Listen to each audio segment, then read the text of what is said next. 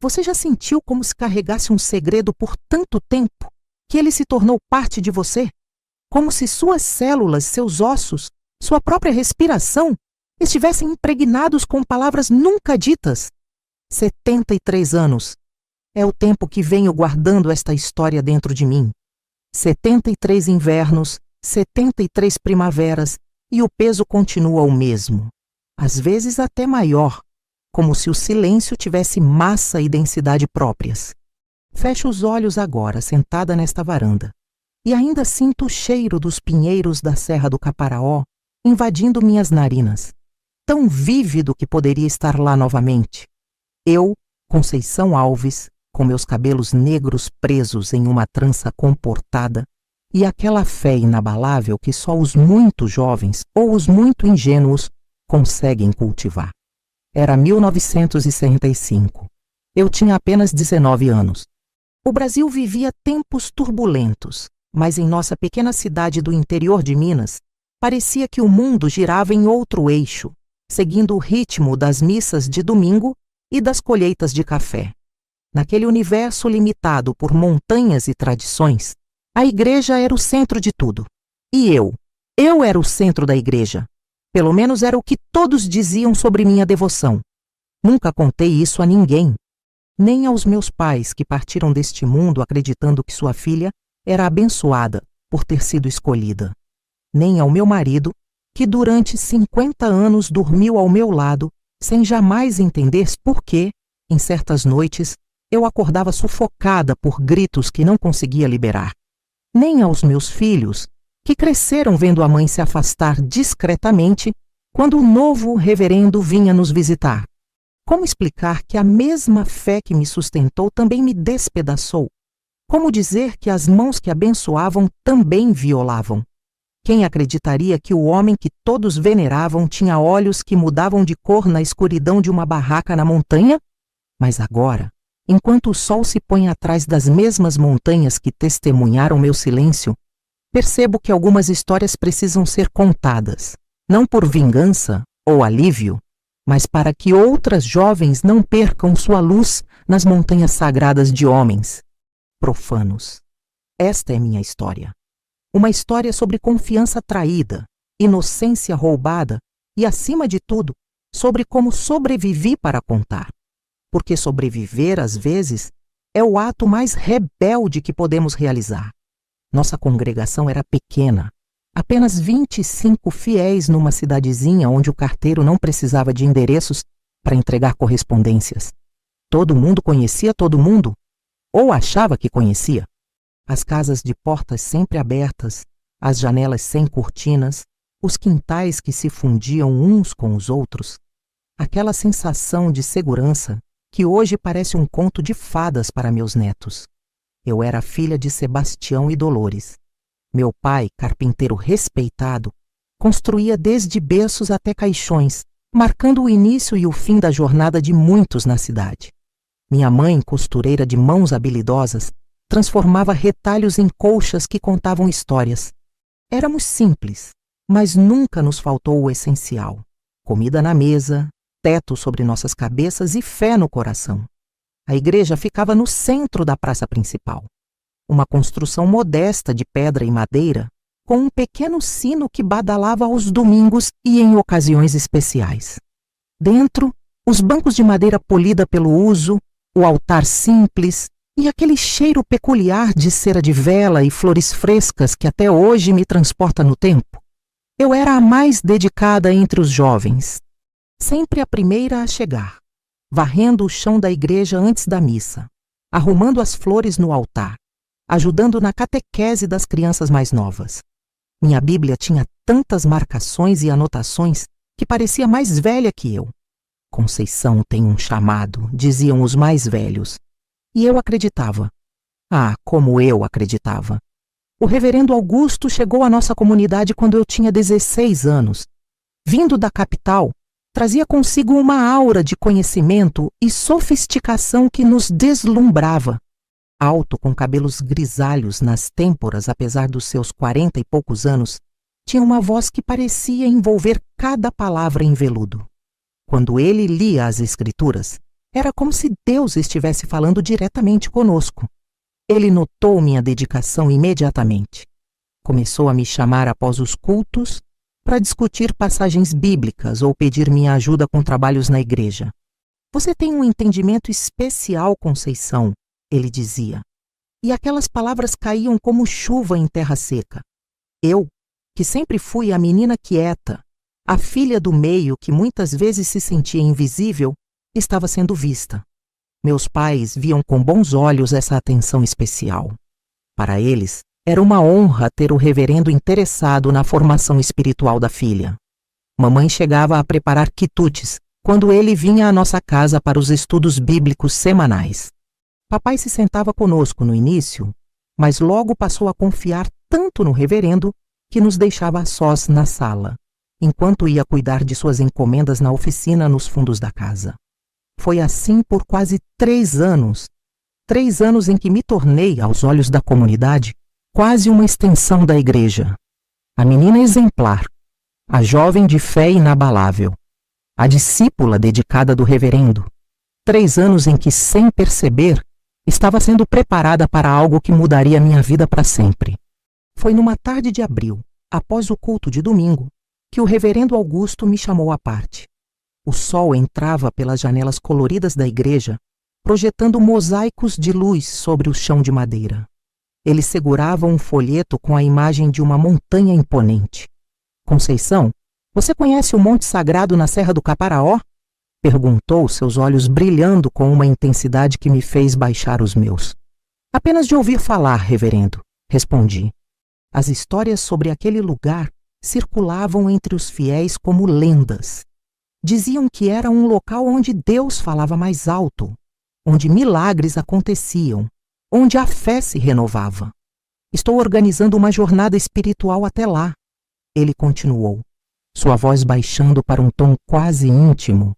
Uma peregrinação para poucos escolhidos. E senti no meu coração que você deve estar entre eles. Meu coração acelerou. Eu, escolhida para uma jornada especial, era mais do que poderia sonhar.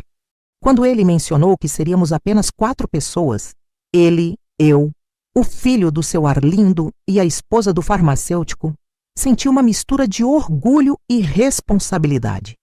Éramos os eleitos entre tantos fiéis. Em casa, a notícia foi recebida como uma bênção. Mamãe chorou de emoção. Papai deu tapinhas orgulhosos em meu ombro. Minha filha foi escolhida pelo homem de Deus. Ele repetia para quem quisesse ouvir. Na pequena comunidade, tornou-se assunto de conversas nas calçadas e nos encontros após a missa. Nos dias que antecederam a viagem, sonhava acordada com as revelações que receberia, com a proximidade de Deus que sentiria naquele lugar sagrado. Imaginava-me voltando transformada, talvez até com algum dom especial, de cura, de profecia, quem sabe. A ingenuidade dos 19 anos me permitia acreditar em possibilidades que hoje me fazem sorrir com amargura. Na véspera da partida, algo estranho aconteceu. O filho do seu Arlindo quebrou a perna ao cair do cavalo. No mesmo dia, a esposa do farmacêutico desenvolveu uma infecção na garganta tão severa que não conseguia engolir sem chorar de dor. Coincidências que, na época, atribuía à vontade divina ou ao acaso. Hoje, tantas décadas depois, vejo padrões onde antes só via eventos isolados. Será apenas nós 2, Conceição, o reverendo Augusto informou, passando em casa naquela noite para confirmar que a viagem ainda aconteceria. Deus tem um propósito em tudo. Talvez Ele queira que sua experiência seja ainda mais profunda, sem distrações. Lembro-me do olhar que minha mãe e ele trocaram, o dela, de hesitação momentânea, o dele, de tranquilização paternal. Não se preocupe, Dona Dolores. Cuidarei dela como um pai cuida de uma filha. Aquela noite, enquanto mamãe arrumava minha pequena mala com tanto carinho, senti uma inquietação que não conseguia nomear. Ela colocou meu vestido azul celeste recém-costurado, minha Bíblia de capa marrom, com meu nome gravado em dourado, e, por fim, um terço de madeira que pertenceu à minha avó. Para te proteger, ela disse, colocando-o em minhas mãos e fechando meus dedos ao redor dele. Se ela soubesse que nem todos os terços do mundo seriam suficientes para me proteger do que estava por vir, se eu soubesse que aquela jornada espiritual seria o início de uma ferida que levaria décadas para começar a cicatrizar, a manhã seguinte chegou envolta em neblina, como se a própria natureza tentasse me alertar sobre os perigos que eu não conseguia enxergar. O reverendo dirigia aquele Jeep verde musgo, enquanto eu observava a paisagem mudar gradualmente pela janela embaçada. As casas foram ficando para trás, dando lugar a fazendas esparsas, depois a uma vegetação cada vez mais selvagem. O asfalto cedeu para estradas de terra, que se tornaram trilhas cada vez mais estreitas. Será uma jornada transformadora, ele prometeu, olhando para mim com um sorriso que não alcançava seus olhos. E foi, mas não como imaginei.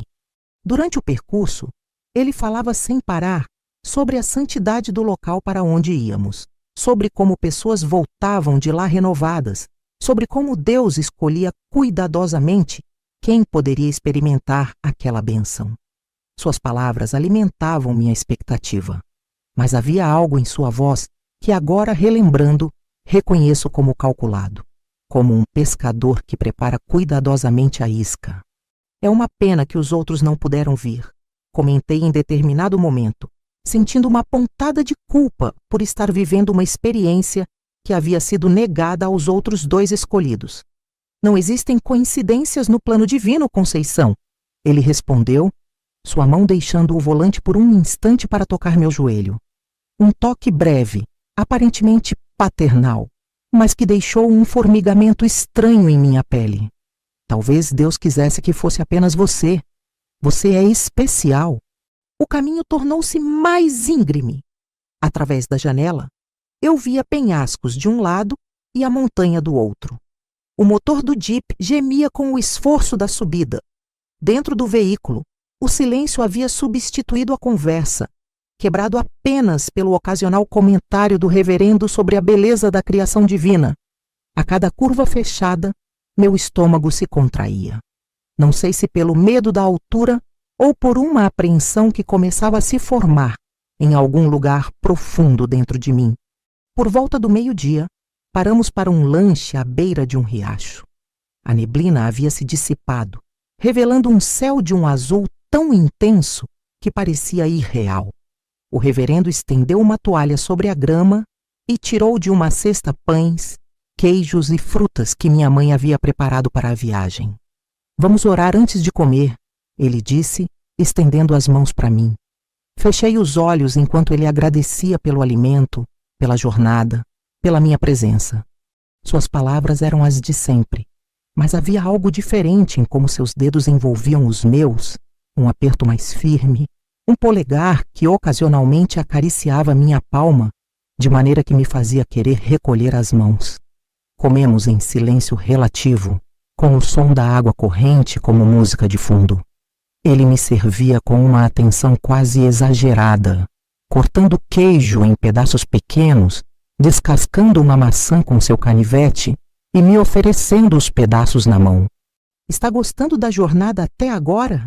Perguntou, seus olhos fixos nos meus de uma maneira que me fazia querer desviar o olhar. Sim, reverendo. A natureza aqui é magnífica. Augusto, ele corrigiu com um sorriso. Quando estamos longe da congregação, pode me chamar de Augusto. Aqui somos apenas dois peregrinos diante de Deus. Aquela familiaridade me deixou desconfortável, mas não consegui protestar. Quem era eu para questionar os costumes de uma jornada espiritual? Talvez fosse assim mesmo, uma quebra de formalidades para permitir uma conexão mais genuína com o divino. Retomamos a viagem logo depois. A estrada tornava-se cada vez mais precária, em alguns trechos não passando de uma trilha entre árvores centenárias. O ar ficava mais fino, a temperatura caía. Eu abraçava a mim mesma, sentindo um frio que vinha tanto de fora quanto de dentro. Não se preocupe, ele disse, notando meu tremor. Logo chegaremos ao primeiro pouso. E esta noite... Ele fez uma pausa, seus olhos momentaneamente deixando-a de estrada para me examinar de cima a baixo. Esta noite começaremos verdadeiramente sua jornada espiritual. A primeira noite foi numa pequena pousada na base da montanha. O último posto de civilização antes da subida final. Era um lugar rústico, com paredes de madeira e um telhado de 2 águas que parecia se curvar sob o peso dos anos. Uma senhora de idade avançada nos recebeu com um sorriso desdentado e olhos que pareciam avaliar nossa relação. Quartos separados, o reverendo esclareceu rapidamente, e notei um alívio imediato em meu peito que eu não sabia estar precisando. Meu quarto era simples. Uma cama de solteiro com colchão de palha, uma cômoda antiga e uma janela pequena que dava para a montanha que começaríamos a escalar no dia seguinte. Coloquei minha mala sobre a cama e tirei a Bíblia e o terço, colocando-os sobre o criado mudo. Aqueles objetos me traziam conforto, uma conexão com a segurança de casa. Após me refrescar numa bacia com água que a senhora havia deixado, ouvi batidas na porta.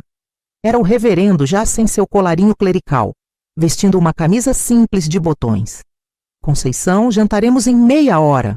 Venha até a sala comunal quando estiver pronta. Durante todo o dia tínhamos comido apenas o lanche à beira do riacho. Então meu estômago respondeu por mim roncando audível. Ele sorriu e por um momento parecia o mesmo pastor gentil que eu conhecia da igreja. Talvez minhas apreensões fossem apenas nervosismo pela jornada, pensei. A sala comunal era iluminada por lampiões a querosene que lançavam sombras dançantes nas paredes. Uma mesa de madeira maciça dominava o centro, e o reverendo já estava sentado quando cheguei, 2 taças e uma garrafa de vinho à sua frente. Venha, sente-se, ele convidou, puxando a cadeira ao seu lado. Precisamos nos preparar espiritualmente para amanhã. Sentei-me, desconfortável com a proximidade.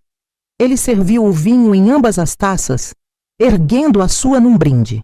A sua jornada de transformação, disse ele. Mas eu nunca bebi antes, confessei, olhando para o líquido rubro. Isto não é apenas vinho, Conceição. É um símbolo do sangue de Cristo, como na Santa Ceia. Faz parte do ritual de preparação. Hesitei, mas a menção ao ritual religioso dissipou minhas dúvidas. Afinal, eu estava ali para uma experiência espiritual profunda. Bebi um pequeno gole, sentindo o líquido descer queimando pela garganta. Era amargo e doce ao mesmo tempo, e completamente diferente do suco de uva que usávamos na igreja para simbolizar o sangue de Cristo. A senhora da pousada trouxe uma sopa fumegante e pão recém-assado. Enquanto comíamos, o reverendo falava sobre a montanha, sobre visões que pessoas tiveram lá, sobre como voltaram transformadas.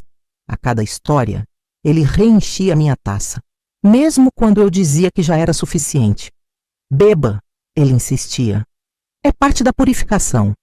Após a 3ª taça, minha cabeça começou a girar.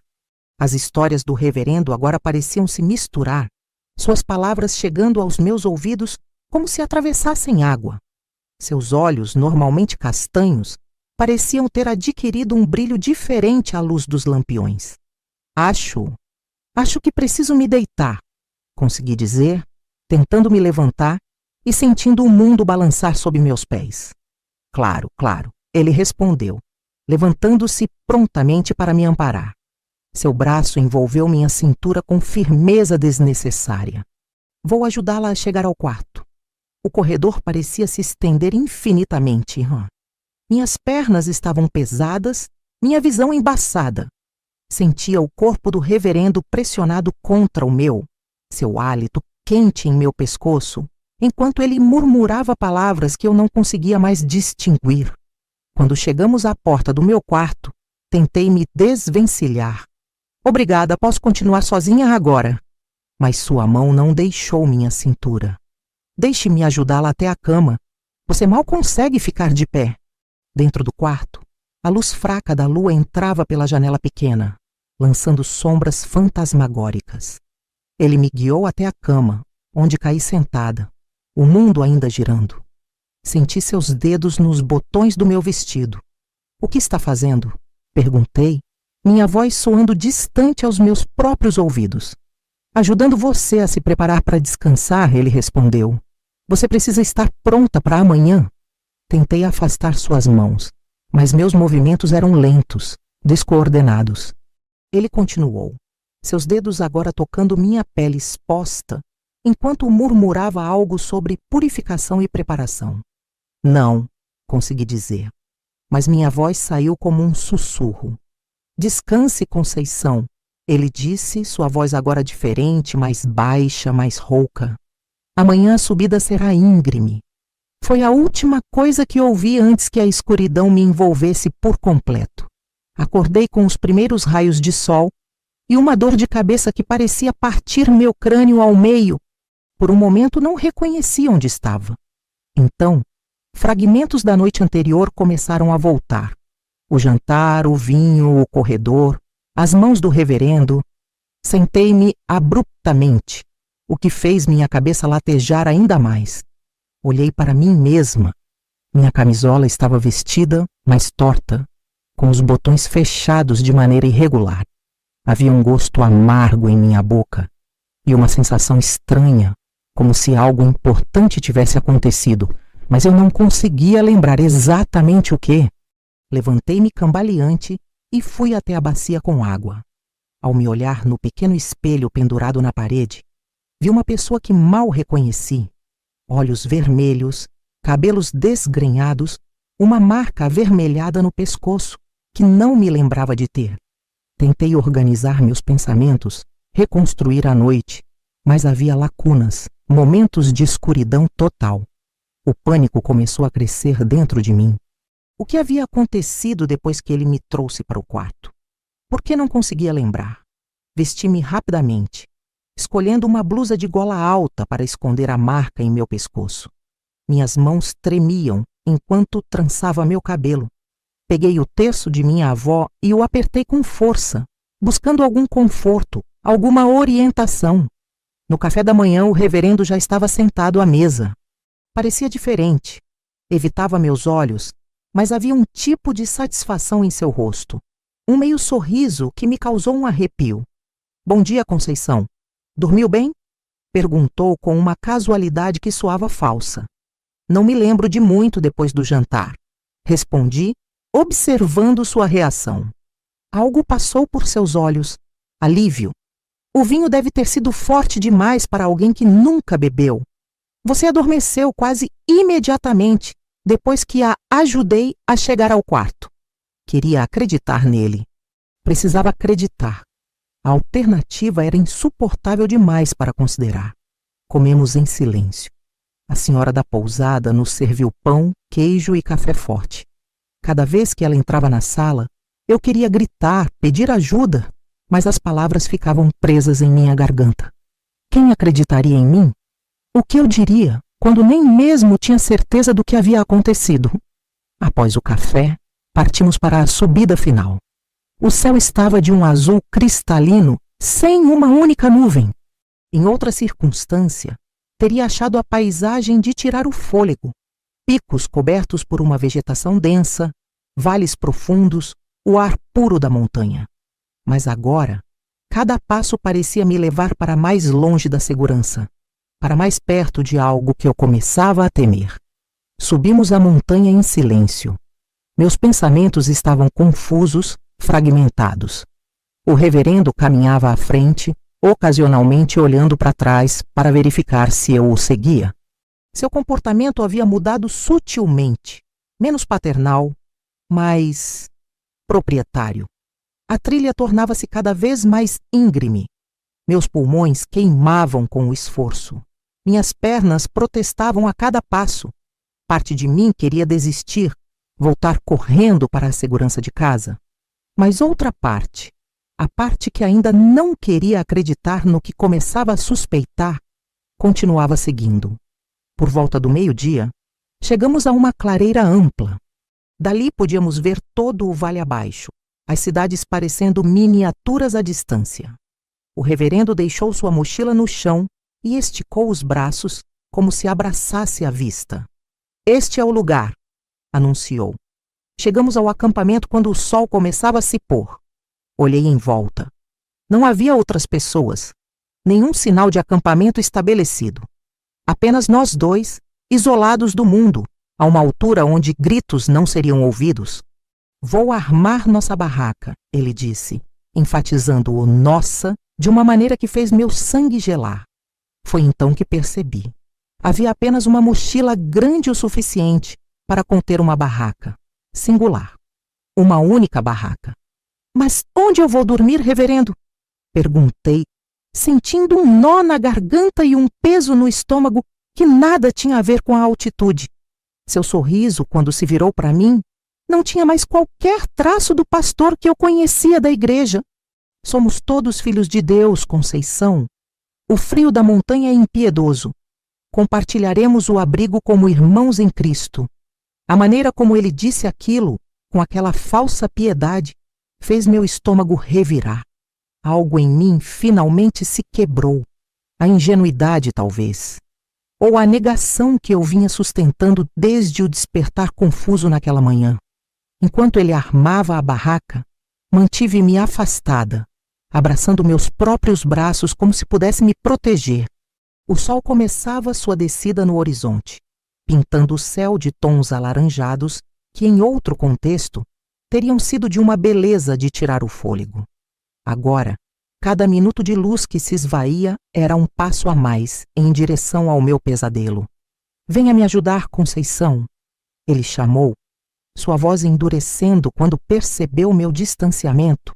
Aproximei-me com relutância, ajudando a esticar o tecido da barraca, a fixar as estacas.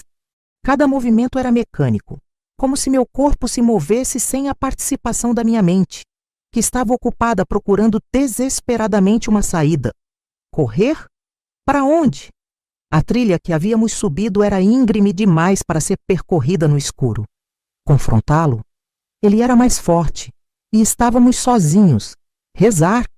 Já não tinha certeza se minhas preces seriam ouvidas ou se algum dia haviam sido. Quando a barraca estava pronta, ele acendeu uma pequena fogueira em frente à entrada. As chamas dançavam, projetando sombras alongadas e distorcidas. Tirou de sua mochila uma garrafa, mais vinho, e 2 pequenos copos de metal. Para nos aquecer, disse ele, servindo o líquido rubro. E para celebrarmos nossa conexão especial. Não quero beber, respondi, minha voz encontrando uma firmeza que eu não sabia possuir. Seus olhos endureceram momentaneamente, mas logo o sorriso voltou. Como quiser, mas para mim, comemos em silêncio. Pão, carne seca, algumas frutas. A cada minuto, a escuridão se adensava ao nosso redor. As estrelas apareciam uma a uma, brilhantes e indiferentes ao meu medo crescente. Está na hora de nos recolhermos, ele anunciou finalmente, depois de apagar a fogueira com terra. A noite na montanha é fria. Precisamos do calor um do outro. Entrei na barraca como quem caminha para a forca. O espaço era pequeno, mal cabendo os 2 sacos de dormir que ele havia estendido lado a lado. Uma pequena lanterna pendurada no teto de lona lançava uma luz amarelada e fraca.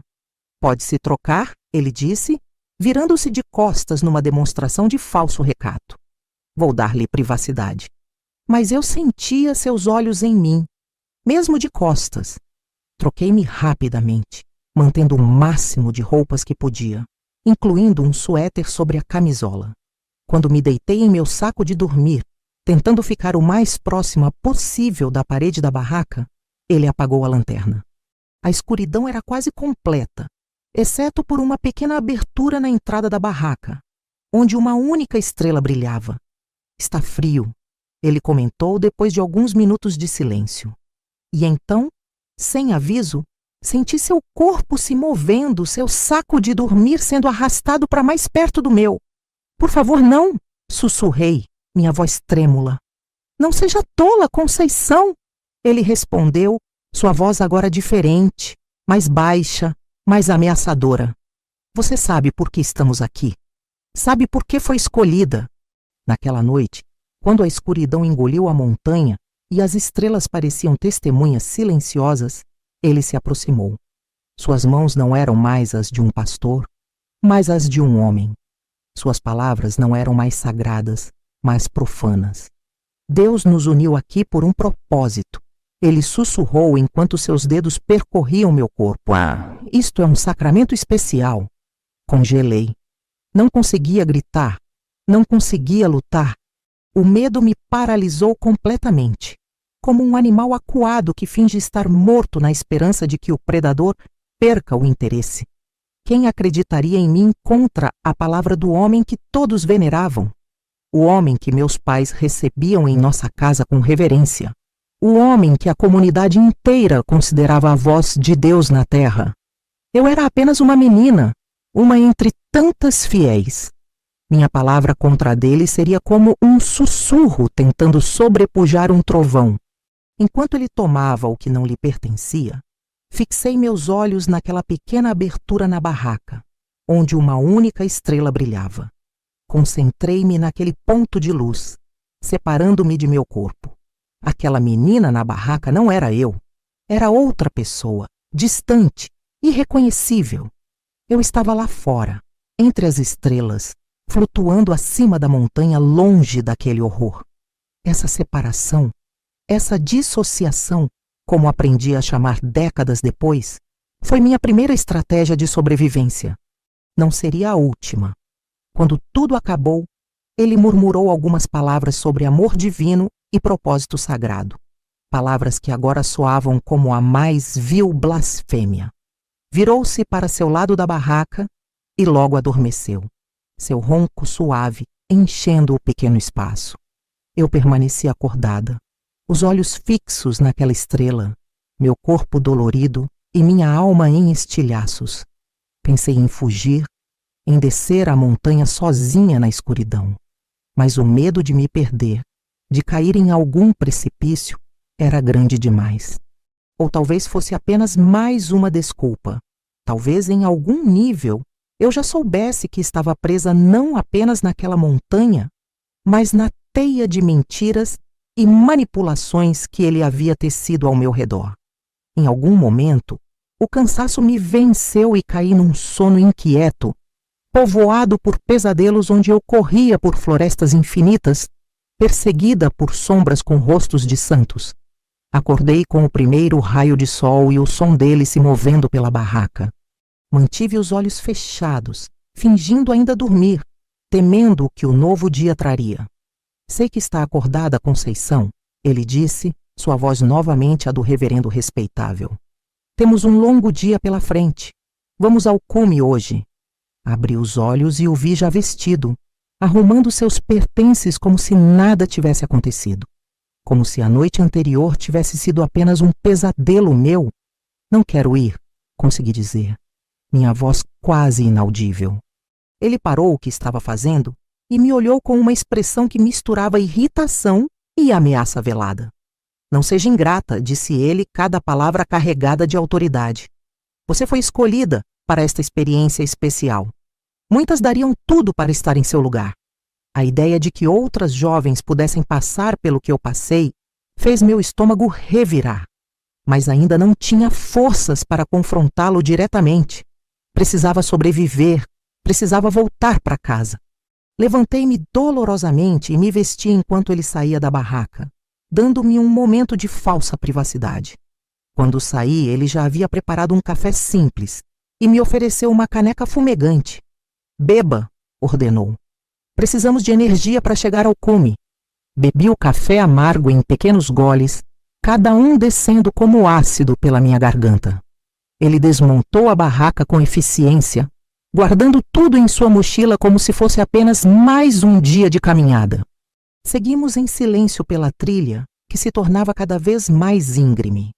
Meu corpo protestava a cada passo, não apenas pelo esforço físico, mas pelas dores da violação da noite anterior. Mas continuei andando, um pé diante do outro, guiada apenas pelo desejo feroz de sobreviver, de voltar para casa, de algum dia encontrar uma maneira de processar o que havia acontecido. Na manhã seguinte, quando finalmente chegamos ao cume, ele ergueu os braços para o céu em um gesto teatral. Este é o lugar onde Deus nos fala diretamente. Proclamou para o vale abaixo, para as nuvens acima, para ninguém. E então, virando-se para mim com aquele sorriso que agora me causava repulsa, acrescentou: O que acontece na montanha, permanece na montanha. É nosso pacto sagrado. Não era um pedido, era uma ordem, uma ameaça velada. Seus olhos, que antes me pareciam bondosos, agora revelavam sua verdadeira natureza. Frios, calculistas, predatórios. Entendi naquele momento que ele havia feito aquilo antes, que provavelmente faria de novo, que o poder que ele exercia sobre nossa comunidade era sua proteção, seu escudo contra qualquer acusação. Ninguém acreditaria em você, ele disse como se lesse meus pensamentos. Seria sua palavra contra a minha, a palavra de uma menina confusa contra a de um homem de Deus. Ele estava certo e ambos sabíamos disso. Na pequena cidade onde cresci, sua palavra era praticamente lei. Meus próprios pais o defenderam contra rumores anteriores, sussurros sobre outras jovens, outras jornadas espirituais, que terminaram em silêncio e olhares baixos. A descida da montanha foi ainda mais difícil que a subida. Cada passo me levava de volta a uma realidade que eu não sabia mais como enfrentar. Como olharia nos olhos de meus pais? Como entraria novamente naquela igreja? Como continuaria vivendo na mesma cidade que ele? Chegamos à pousada ao entardecer. A mesma senhora nos recebeu, agora com um olhar que me pareceu mais perscrutador. Será que ela sabia? Será que todas sabiam, mas escolhiam não ver? Dormiremos aqui esta noite e partiremos ao amanhecer, o reverendo anunciou. Amanhã à tarde estaremos de volta à cidade. Aquela última noite na pousada, tranquei a porta do meu quarto e empurrei a cômoda contra ela. Sentei-me na cama, abraçando os joelhos, e chorei silenciosamente até não haver mais lágrimas. Não era apenas meu corpo que havia sido violado, era minha fé, minha confiança, minha visão de mundo. Pela manhã, quando nos encontramos para o café, ele parecia completamente à vontade, conversando amenidades com a dona da pousada, comentando sobre o tempo, sobre como a jornada havia sido espiritualmente enriquecedora. Eu mal conseguia engolir o café, cada palavra dele soando como uma nova violação. A viagem de volta foi um exercício de autocontrole. Mantive os olhos fixos na paisagem que passava, respondendo apenas com monossílabos quando ele tentava iniciar alguma conversa. Em algum momento, ele desistiu e ligou o rádio, enchendo o jipe com músicas religiosas que agora soavam como escárnio. Quando finalmente avistamos as primeiras casas da cidade, senti um alívio tão intenso que quase desabei em lágrimas. Mas logo veio a realização. Eu estava de volta, mas para quê? Para fingir que nada havia acontecido? Para sorrir nos cultos de domingo, enquanto ele pregava sobre pureza e virtude? Parou o carro em frente à minha casa. Minha mãe saiu correndo ao ouvir o motor, seu rosto iluminado pela expectativa de ouvir sobre minha experiência transformadora. Lembre-se, ele disse baixinho, antes de desligar o motor. Nosso pacto. Abri a porta e saí sem olhar para trás, cambaleando para os braços de minha mãe que me esperava ansiosa. Como foi, minha filha? Conte-me tudo, ela pediu, seus olhos brilhando de curiosidade e orgulho. Voltei para casa diferente. Minha mãe notou algo em meus olhos, uma luz que se apagou. O que houve na montanha, minha filha? Ela perguntou enquanto penteava meus cabelos naquela noite, como fazia quando eu era pequena. Engoli o choro e menti. Foi transformador. Não era mentira, afinal. Eu havia sido transformada, não pela proximidade com o divino, mas pelo encontro com o mais profundo do humano. Não pela revelação de Deus, mas pela revelação da maldade que se esconde atrás de sorrisos santos e palavras piedosas. Naquela noite, deitada em minha cama, tomei uma decisão. Não poderia mudar o que havia acontecido, mas talvez pudesse impedir que acontecesse novamente. Não com palavras, ninguém acreditaria, mas com ações, com vigilância, com a determinação silenciosa de uma sobrevivente. A jornada à montanha havia terminado. Minha verdadeira jornada, a de sobrevivência, a de cura, a de resistência, estava apenas começando. Nos meses seguintes, evitei a igreja. Inventava dores de cabeça febres inexistentes. Minha mãe, preocupada, chamou até o médico da cidade, Dr. Evaristo, que não encontrou nada de errado comigo, além de nervos abalados, e recomendou chás de camomila e passeios ao ar livre. Talvez seja a idade, ele sugeriu a meus pais quando pensou que eu não estava ouvindo. Meninas nessa fase ficam temperamentais. Temperamental. Como se meu silêncio, meus pesadelos noturnos, meu olhar perdido fossem apenas caprichos de adolescente. Como explicar que eu me sentia suja por dentro? Que tomava banhos escaldantes tentando limpar algo que nenhum sabão alcançaria? Que acordava gritando no meio da noite, o suor frio grudando a camisola em meu corpo trêmulo? Aos domingos, observava pela janela as famílias caminhando para a igreja, vestidas com suas melhores roupas, carregando suas bíblias e sua fé intacta. Como eu os invejava! Como desejava poder voltar a ser aquela menina que acreditava que o mundo era essencialmente bom, que os homens de Deus eram santos, que a fé protegia. O reverendo Augusto me observava de longe, com aquele olhar que agora eu reconhecia como o de um predador. Às vezes ele vinha à nossa casa, supostamente preocupado com minha ausência nos cultos. Sentava-se à mesa da cozinha, aceitava o café que minha mãe servia com reverência e falava sobre a importância da comunhão com os irmãos. Conceição está passando por uma fase de questionamento, ele dizia, seus olhos nunca deixando os meus. Aquele meio sorriso que só eu compreendia. É normal após experiências espirituais profundas, ela voltará quando estiver pronta. Eu me retirava para meu quarto nesses momentos. Trancava a porta e abafava meus soluços com o travesseiro. A impotência era um veneno que corria em minhas veias. Como denunciar o indenunciável? Como expor aquele que era considerado quase um santo em nossa comunidade? Comecei a observá-lo mais atentamente, mesmo à distância. Notei como seu olhar se demorava nas jovens da congregação, como ele escolhia cuidadosamente suas protegidas, sempre meninas quietas, devotas, de famílias que o veneravam. Meninas como eu havia sido. Foi quando soube que ele planejava outra jornada espiritual com a jovem Luísa, filha do padeiro, que algo dentro de mim quebrou. Luísa tinha apenas 17 anos, olhos grandes e sonhadores, e uma devoção que me lembrava dolorosamente de mim mesma antes daquela viagem.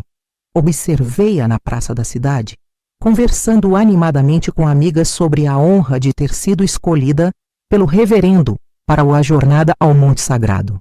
Ele disse que tem um chamado especial. Ela contava as mesmas palavras que ele havia usado comigo. Que Deus tem um propósito único para minha vida. Senti meu estômago revirar. As mesmas palavras, o mesmo olhar predatório mal disfarçado, a mesma armadilha sendo preparada. E Luísa, assim como eu estivera, estava cega pela fé e pela honra de ter sido escolhida. Naquela noite, não consegui dormir. Revirando-me na cama, pensava em Luísa subindo aquela mesma montanha, enfrentando aquela mesma escuridão, aquela mesma violência disfarçada de sacramento.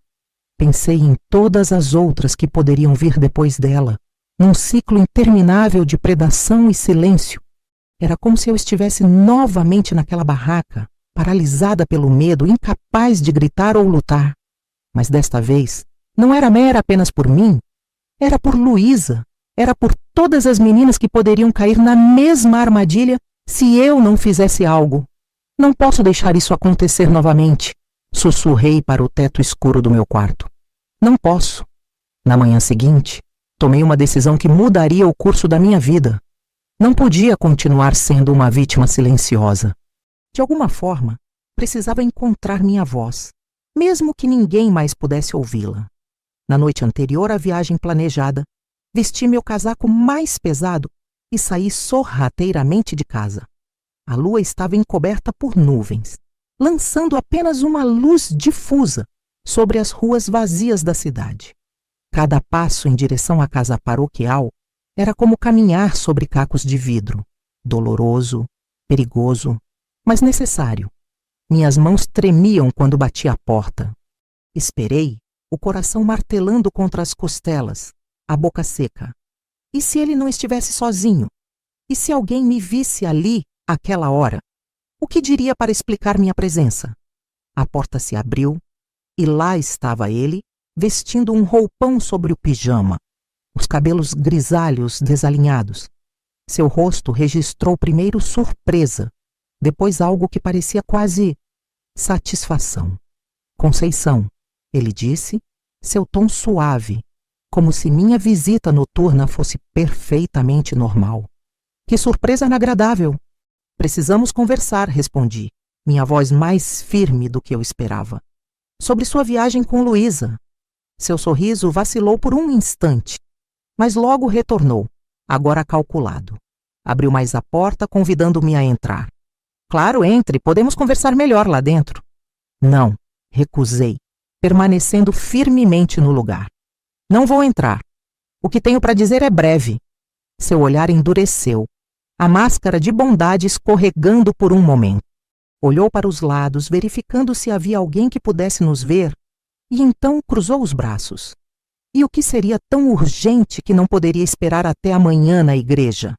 Respirei fundo, reunindo cada fragmento de coragem que consegui encontrar dentro de mim.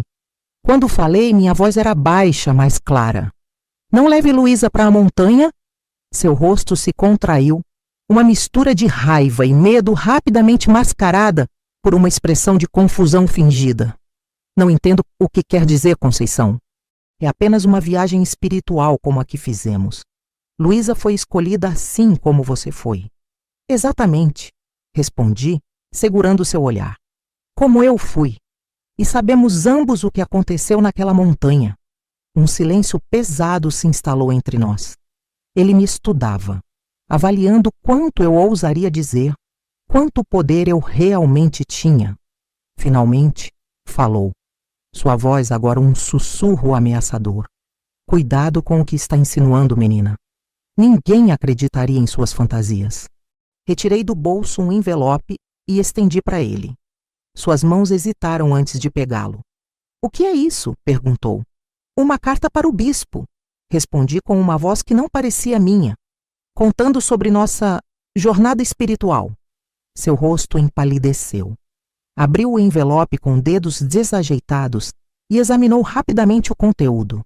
Várias páginas escritas com minha letra cuidadosa, detalhando cada momento daquela viagem, cada violação, cada palavra que ele havia dito. Você não faria isso, ele disse, mas sua voz já não carregava essa mesma confiança. Ninguém acreditaria. Talvez não, concordei. Mas a dúvida estaria plantada. E a próxima vez que você levar uma jovem para a montanha, as pessoas observarão mais atentamente. Seus olhos se estreitaram, calculando, avaliando se eu estava blefando. Esta é a única cópia? Perguntou finalmente. O que você acha? Devolvi a pergunta mantendo minha expressão neutra, embora por dentro estivesse tremendo. Era de fato a única cópia. Eu havia apostado tudo naquele confronto. Ele rasgou a carta em pedaços pequenos, seus movimentos furiosos, quase frenéticos. Isso não prova nada, disse, a voz trêmula de raiva. Sua palavra contra a minha. Por enquanto, respondi. Mas se algo acontecer com Luísa ou com qualquer outra jovem, não hesitarei em falar. E talvez da próxima vez as pessoas estejam mais dispostas a ouvir. Virei-me para ir embora, as pernas bambas, mas determinada a não mostrar fraqueza. Sua voz me alcançou quando já estava no portão. Você está cometendo um erro, Conceição. Um grave erro. Parei, mas não me virei. O erro foi meu silêncio até agora. Não cometerei o mesmo 2 vezes. Caminhei de volta para casa sob a luz fraca da lua, cada passo me afastando um pouco mais do medo, um pouco mais da vergonha, um pouco mais daquela menina que havia sido silenciada na montanha. Ele cancelou a viagem com Luísa. A desculpa oficial foi uma revelação divina que o orientou a adiar a jornada espiritual. Luísa ficou visivelmente desapontada, mas aceitou a decisão com a resignação de quem não questiona os desígnios divinos. Nas semanas seguintes, Observei o reverendo com atenção renovada. Ele evitava meu olhar durante os cultos, aos quais voltei a comparecer, não por devoção, mas por vigilância. Posicionava-me sempre nos fundos da igreja, observando suas interações com as jovens da congregação, pronta para intervir ao menor sinal de que ele estivesse escolhendo uma nova vítima. 2 meses depois, ele anunciou que havia sido chamado para servir em outra paróquia, em outro estado. Deus me convoca para novos desafios, declarou do púlpito, sua voz embargada por uma emoção que só eu sabia ser falsa. Embora meu coração permaneça com esta congregação que tanto amo. Houve lágrimas e lamentos.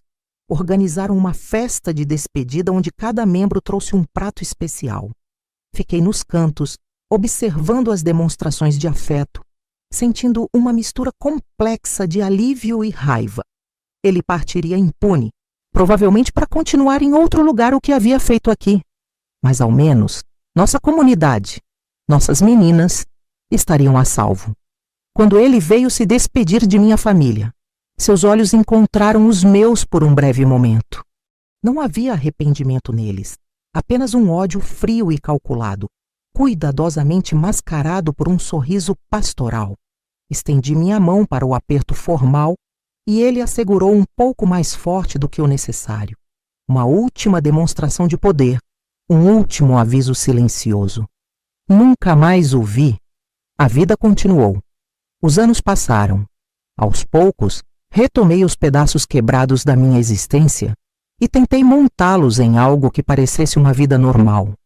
Voltei a frequentar a igreja, agora liderada por um pastor mais velho e menos carismático. Terminei meus estudos.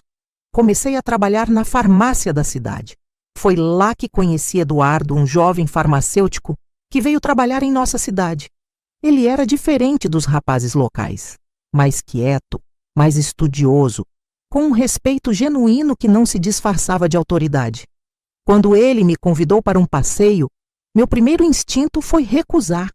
O medo havia se tornado meu companheiro constante, uma sombra que me seguia mesmo nos dias mais ensolarados. Mas algo em seus olhos, a gentileza sem segundas intenções, a paciência sem expectativas, me fez aceitar.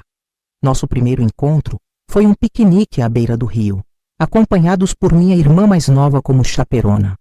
O segundo foi um café na praça, sob os olhares aprovadores de meus pais.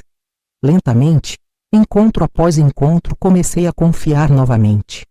Casei-me eventualmente com Eduardo, esse homem bom, que nunca soube o verdadeiro motivo de minhas hesitações, de meus medos noturnos, de meus momentos de distância.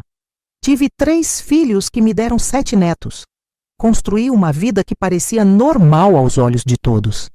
Mas aquela parte de mim ficou para sempre naquela montanha, enterrada sob o peso de um silêncio que agora, tantas décadas depois, começo a quebrar. Ao longo dos anos mantive-me vigilante. Acompanhava notícias de outras cidades, outros estados, procurando por seu nome. Ocasionalmente, enviava cartas anônimas para dioceses onde suspeitava que ele pudesse estar, alertando sobre preocupações com seu comportamento com jovens fiéis. Não sei se alguma dessas cartas teve efeito, se alguma delas impediu que outras conceições tivessem suas luzes apagadas nas montanhas sagradas de homens profanos. Às vezes, quando minha neta mais nova, Beatriz, me visita com seu entusiasmo pela igreja local, sinto um arrepio percorrer minha espinha. Observo-a com seu pastor jovem e carismático e quero gritar advertências que nunca consegui formular. Em vez disso, digo apenas: confie em seus instintos, meu bem. Nem todos os homens de Deus falam realmente por ele. E quando ela me olha confusa, acrescento: a fé verdadeira não exige que você abandone sua voz. Deus nos deu discernimento por um motivo.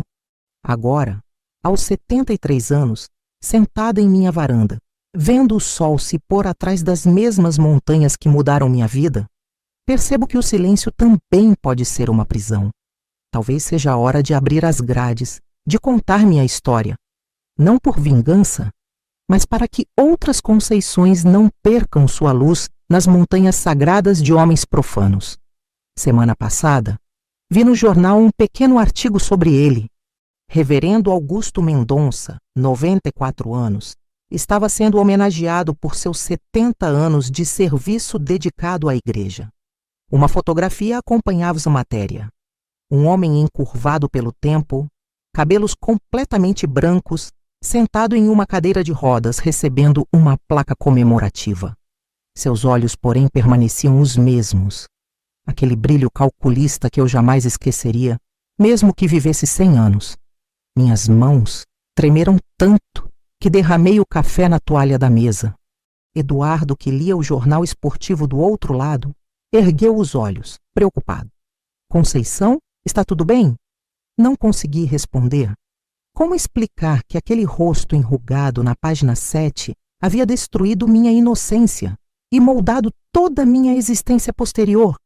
Como dizer que, apesar de todas as décadas, bastou ver aquela imagem para sentir novamente o cheiro de pinheiros, o frio da montanha, o peso daquelas mãos?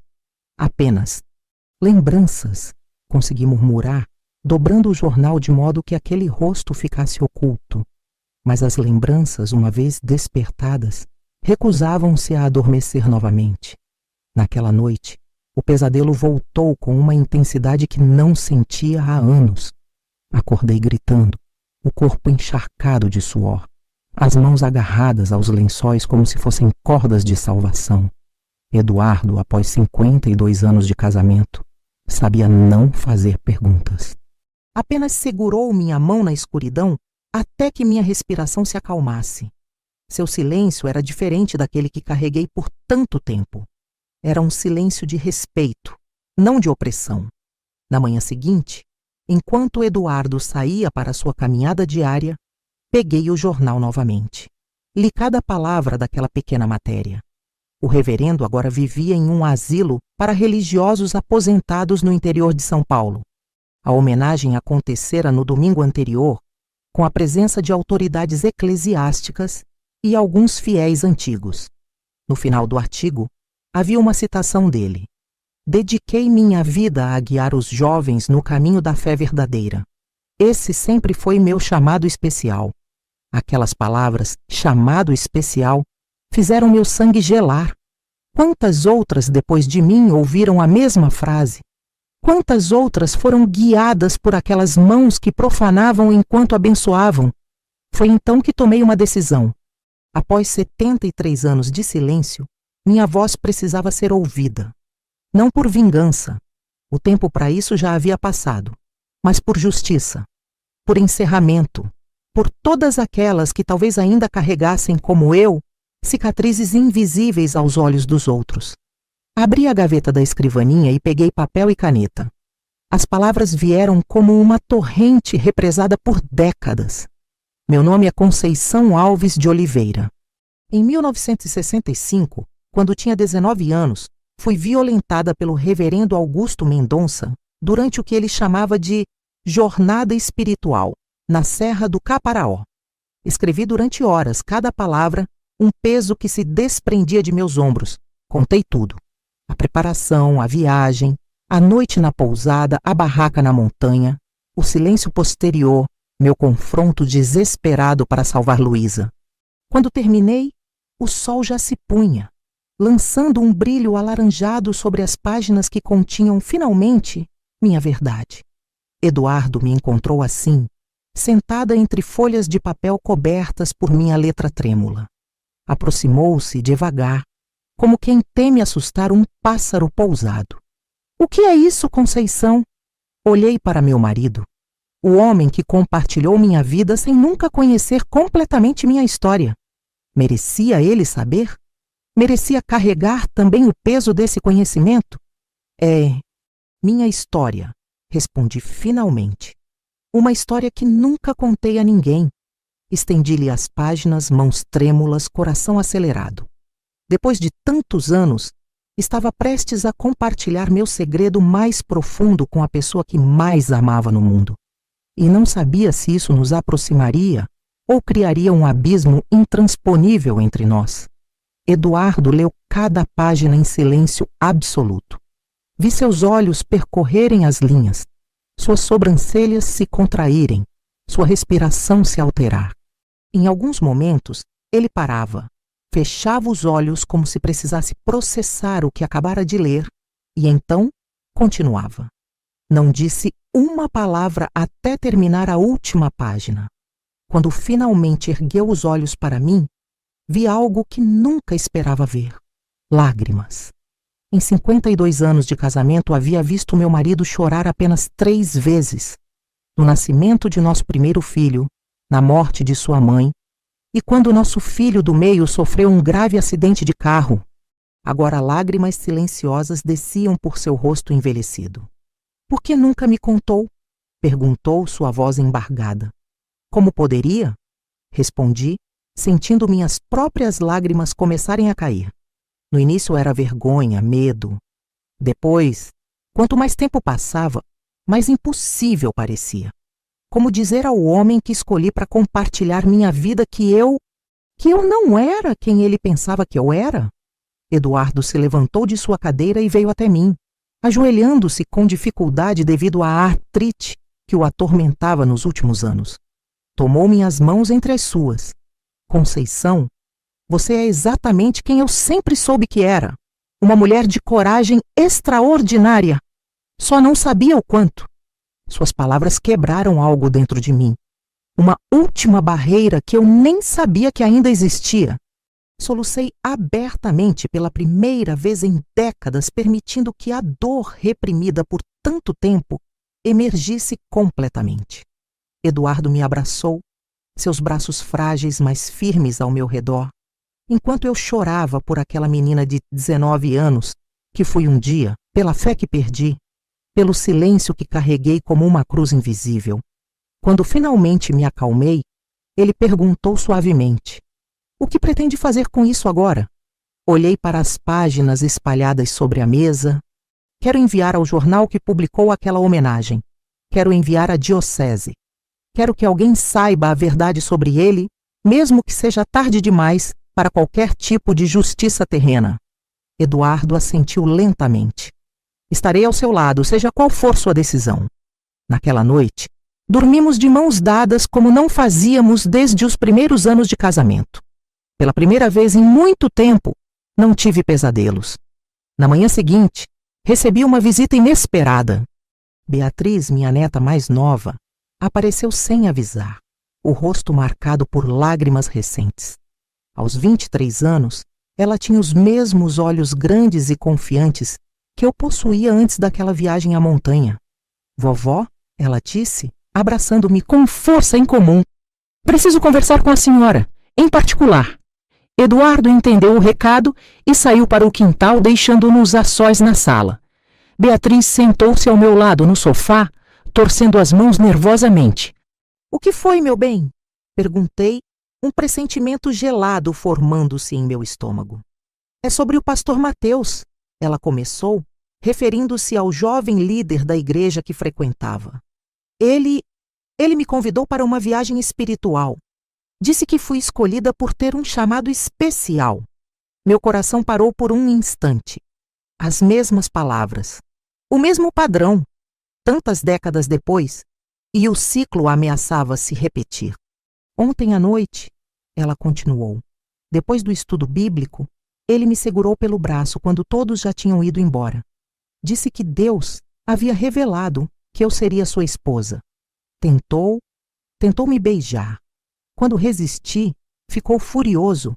Disse que eu estava rejeitando a vontade divina. Suas lágrimas caíam livremente agora. Sempre confiei nele, vovó.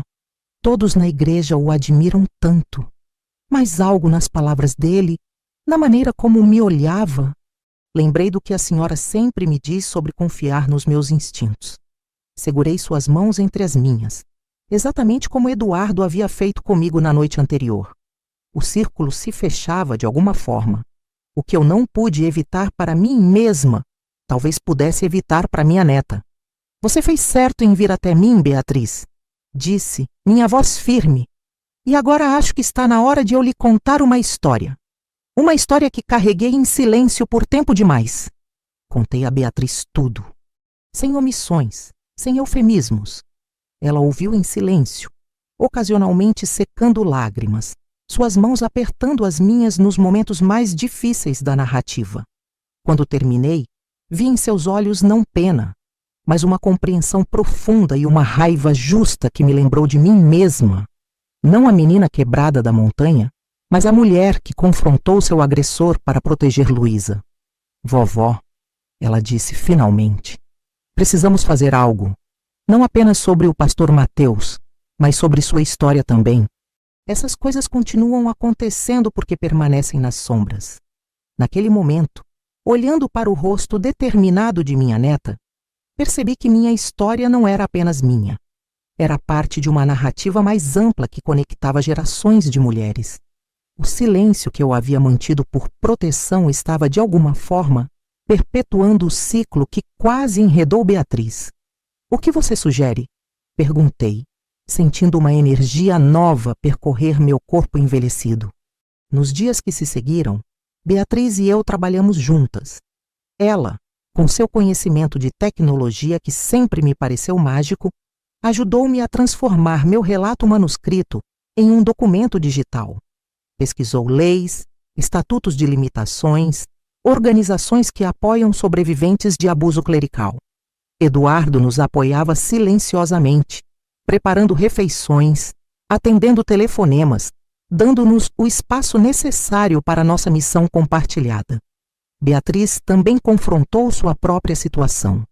Com meu apoio e o de seus pais, denunciou o pastor Mateus ao conselho da igreja. A princípio, houve resistência. As mesmas desculpas, a mesma incredulidade que eu teria enfrentado décadas atrás. Mas Beatriz não estava sozinha como eu estive. Outras jovens, ao saberem de sua denúncia, encontraram coragem para compartilhar experiências semelhantes. Em 2 semanas, o pastor Mateus foi afastado de suas funções, pendente de investigação. A congregação estava dividida, ferida, confusa, mas a verdade estava, finalmente, vindo à luz. Quanto à minha própria história, tomei uma decisão. Não enviei apenas ao jornal e à diocese como planejava inicialmente. Com a ajuda de Beatriz, adaptamos meu relato em um formato que pudesse ser compartilhado mais amplamente. Um testemunho que pudesse alcançar outras mulheres que talvez ainda carregassem seus próprios silêncios. Tem certeza disso, vovó? Beatriz perguntou na noite em que finalizamos o documento. Uma vez que estiver lá fora, não poderá voltar atrás. Olhei pela janela para a montanha distante que por tanto tempo representou meu cativeiro emocional. O sol se punha, tingindo o céu de tons alaranjados e púrpuras, anunciando o fim de um dia e a promessa de outro. Tenho certeza, respondi. O silêncio protegeu-me por décadas, mas também me aprisionou. Talvez seja a hora de descobrir como é viver sem ele. 2 semanas depois de enviarmos meu testemunho, o telefone começou a tocar. Primeiro, foi uma jornalista querendo confirmar detalhes. Depois, a diocese, com um pedido formal de desculpas e a informação de que o reverendo Augusto havia sido removido da lista de homenageados. Então, começaram as outras ligações. Mulheres, algumas de minha idade, outras muito mais jovens, cada uma com sua própria história de abuso disfarçado de espiritualidade. A mais impactante dessas ligações veio de uma senhora de 71 anos, de voz trêmula e determinada. Meu nome é Luísa, ela disse, e senti meu coração parar. Você provavelmente não se lembra de mim, mas em 1965 você impediu que eu fosse levada para uma jornada espiritual com o reverendo Augusto. Lágrimas escorreram por meu rosto. Eu lembro de você, Luísa. Lembro muito bem. Queria que soubesse, ela continuou, que embora eu não entendesse na época por que a viagem foi cancelada, anos depois, quando soube de outras histórias sobre ele, percebi o que você havia feito por mim. Nunca tive a chance de agradecer. Naquela noite, sentada em minha varanda com Eduardo silenciosamente segurando minha mão, observei o céu estrelado. As mesmas estrelas que testemunharam meu silêncio, agora testemunhavam minha libertação. O peso que carreguei por 73 anos não havia desaparecido completamente. Algumas feridas são profundas demais para cicatrizar totalmente, mas sentia-o mais leve, mais suportável. Percebi então que, embora não pudesse mudar o passado, havia conseguido algo igualmente poderoso: transformar minha dor em proteção para outras, meu silêncio em voz, minha ferida em força. E isso, finalmente, era suficiente.